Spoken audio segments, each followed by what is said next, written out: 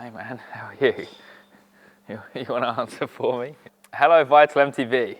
You're watching 17 Questions with Bernard KERR. Let's begin. When Sven curses on camera as you film an LSD at a World Cup, how much added time does it take you to put out the video since you have to bleep it out? I probably started caring less, but I normally remember where he's done it. Sometimes I have to ask Jenna or someone, I'm like, oh, where did Sven swear? And I'll skim through. But otherwise, I'm normally pretty good at remembering it was on the jump on the track. We were talking and he swore. So honestly, not that much time. I can normally remember where it is and I can get straight to it. Number 2, if you don't bleep it out, how much YouTube revenue will it cost you? Honestly, I don't think it does. It can change the adverts depending whether you have swearing or not. I think you just click and it changes the advert. So I don't think it costs much, or if any. Maybe you get better adverts if they're swearing. I'm not honestly sure. But I try and do it because a lot of like families or kids will watch it, and I normally get in the comments people saying thank you, where it goes silent and they know I've bleeped something out. So it's more for that than revenue. I honestly don't think it affects it at all. Number 3, have you figured the algorithm out? Is it a mystery to what video gets views and what doesn't? Is this Instagram or YouTube? YouTube, I'll cover all. Instagram, definitely not. Mine is tanking right now, as I think most people in the mountain bike industry are all massively down on views, dude. Even at Hardline, my views are way down. I think a lot of people's are, hey, maybe I'm just getting old and boring, or I don't know. But yeah, definitely not the Instagram one. I used to thought I have it pretty dialed, and stop you on would always go well, but not really sure at the minute. Yeah, dude, definitely haven't figured the Instagram one out. YouTube, probably the same. Hardline, dude. Red Bull Hardline hits on YouTube. You know that's going to be cool. It's a rad event. Everyone's having a good vibe. Sick tracks. Otherwise, no idea. Number 4, what's more important to a podium or World Cup result or a million views on a video? Dude, podium or World Cup, who cares about a million views? There's definitely value in both. If we're talking sponsorship-wise, you know, there's definitely 2 different values. What about podium and World Cup and getting a million views on the YouTube video of it? That's probably the best thing you could do, if I'm honest. Number 5, was it mentally difficult to get back on and trust the bike after the decoupling incident in Rotorua? Not too bad, really. Pivot figured it out pretty quick what went wrong, explained it, and I was like, right, as long as they'd worked it out, not too bad. I was kind of scared when I first got back to Dovey. There's like Death Road. We filmed on it today for the Raw. And I did think about it a couple of times going down there. If the head tube came off there, it was not as soft and as slow as Rotorua, so I was a bit scared, but Pivot figured it out pretty quick. I trust Chris and the whole team there.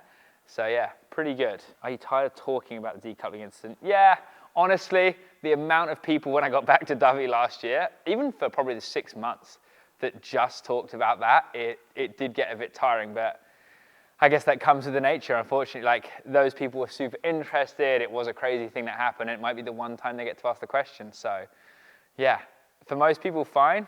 If you're in the MTV media, just watch a video I've already done with you. Or watch this one, please. 17 questions. Number 7, your squad made the cut for the World Cups this year. Was there any doubt it would happen? There was a lot of doubt. We got a wild card, so we had to be selected. So yeah, for 3 months, we had no idea. We had to sit there and hope. Fingers crossed for 3 months, yeah. We were 10th in the World Cup team series, but they decided to use UCI team points for the ranking, not World Cup team points, but the World Cup teams. So yeah, we had no idea. We were 20th in the thing, but after 15th, it didn't matter where you are. You know, they chose it off a matrix, I think they called it, a scoring matrix. So yeah, for 3 months, I had to sit there and hope that we were going to get a wild card. It wasn't that fun, if I'm honest. So was there any doubt? Yes, so much doubt. Terrifying. But lucky we made it. Number 8. I think we're going to cut this question out. So Spoma or whoever, I think question 8. Since you're pretty vocal, and just cut that one. Number 9. Number 9, we'll go with 9. Is the day of the unknown rider sneaking onto the World Cup DH podium gone? Everyone I think that's going to turn up will be known because they'll get a golden ticket to get there. And most people that have got a golden ticket with the top 5 at a continental race, they're going to get media, you're going to see them, rah-rah-rah. I think everyone at a World Cup podium, yeah, you probably will know going forward, which, yeah, pinnacle of the sport. Number 10. How scary is this dude doing interviews today? Number 10. If you could blend 2 British DH racers from any era into a single super British DH racer, who would you pick and why? Steve Peat, dude. He was a childhood hero of mine. Steve Peat was the man. He was cool. He had that Bumblebee bike, you know, the red, not the red, the yellow and black one. I love yellow and black. And he's so good, dude. Even if you follow him now, he's insane at lines. Who else has been really, really good from the UK? Maybe G. Are we trying to get the best World Cup racer? Yeah. Yeah, G and Steve, dude. Like, who else do you want? G-Man and Steve. G is a savage, strong, insane racer. I think he's got 50 World Cup podiums. So G Athen and Steve Pate, both cool people as well. Number 11, as a racer, filmer, editor, team owner, do you have more or less to do this year compared to years past? I want to say I've got less. The last few weeks has definitely not felt like I've got less to do. I don't know why. I was behind on emails. I've been playing catch up, but I've got like an email assistant now, which is really helping. So I think I've got less. I'm trying to get rid of all the silly things and driving old cars to races. So we're trying to really focus on making my life easier and have less to do so I can focus on racing. So I'm going to say less this year. We're busy at the minute, but after we finish these questions, hopefully it chills out and we can just focus on racing and riding. Number 12, give me a percentage breakdown of what's most important on race day. Being in the right mental space, physical fitness, or capable bike. Well, I've got a capable bike. I'm fit. So I'm going to say right mental space, dude. I think you've got to be stoked. You've got to be confident. You've got to be ready for whether the time's going to change, whether the weather's going to throw at you. You know, there could be red flags, anything. But I think if you are mentally strong on that day and you're stoked and you're feeling it, it's just feeling it, dude.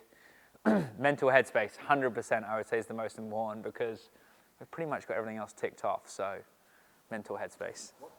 Okay, yeah. So I reckon bike 20% on a different pivot. Yeah, max another 20% on fitness. Like we're fit, we're strong. We know we're going to be good. And 60%, dude, get in the zone. I need to get in the zone this year, sports fans, and we're going to do it. So 60% head. And just, yeah, for me, being stoked, happy, chilled, not worrying about other things, stressing, yeah. If I can just be chilled and happy and not worried about other stuff, dude, we're on. We're on for a good one. 13, how do you approach a race weekend on a track that you may not like? Fort William was a good example. I used to hate Fort William, just didn't like the place, didn't like anything. And I would have to, a few weeks out, really get into the zone that, oh, I can't wait to go. It's going to be great. The fans are amazing. And I would really, a few weeks out, have to try and like stoke myself up for it. And then I learned to love it, dude. I started doing good. I started that years ago there. And I just became to love it, honestly. So, yeah, start weeks out, and then it helps, and then you get good, and then you start to like it. I think is probably the best one. And I don't know many others I don't like now. I'm not a huge fan of the new Andorra. I love the old Andorra track. But same thing again, just look at the positives of the place or the people or the weather and just get stoked on the other little things that can make the week good. Number 14, here you go. Are you glad or sad that Fort William isn't in the World Cup stop this year? From a team's point of view, it's a lot of effort to get there. It's really far out of the way. It's expensive.